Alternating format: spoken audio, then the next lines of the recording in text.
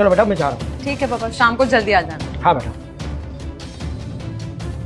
वैसे पापा, मुझे आपसे कुछ बात करनी है। हाँ बोलो बेटा। मैंने सीए एंट्रेंस की एग्जाम दी थी ना, तो उसमें मैं पास हो गई हूँ। अरे वाह बेटा, ये तो बहुत अच्छी बात है। तो अब आगे की तैयारी शुरू कर दो। हाँ पापा, उसी के बारे में बात करनी थी।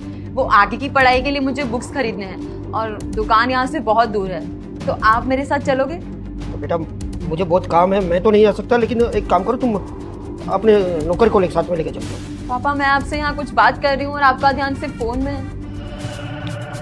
बेटा हमारा काम ही ऐसा है, काम तो करना पड़ेगा ना। एक काम करो, तुम अंदर जाके पढ़ाई करो, बाद में चली जाना।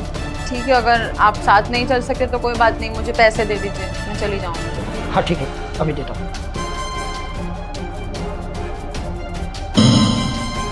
मैंने जेब में 50,000 रुपये रखे थे, कहाँ गए? तूने देखा क्या? मुझे कैसे पता होगा पापा, आप तो मुझे अपने रूम में भी नहीं आने देते। ये पैसे जा कहाँ सकते हैं? लगता है मुझे कि नौकर ने ही पैसे चुराए होंगे। पापा वो क्यों चुराएगा? वो तो हमारे यहाँ कितने टाइम से काम करता है। बेटा पैसे देख के अच्छे अच्छे की नीयत बदल जाती है। अजय, अजय बाहर आ।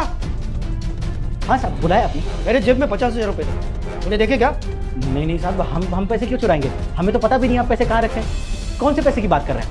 ज़्यादा भोला बनने की जरूरत नहीं, मेरे जेब में 50,000 रुपये थे। और हमारे घर में तो और कोई आता नहीं है तेरे सिवा, तूने ही पैसे चुराया होगा। साहब हम सच कह रहे हैं, हमने कोई पैसे नहीं चुराए, और हम तो आपके यहाँ इतने सालों से काम कर रहे हैं, पैसे क्यों चुराएंगे आपके? अरे सब जानता हूँ तुम जैसे लोगों को, पैसे देख के अच्छे अच्छों की नीयत बदल जाती है। और मेरे कमरे में तो तू ही आया था ना सुबह झाड़ू मारने के लिए।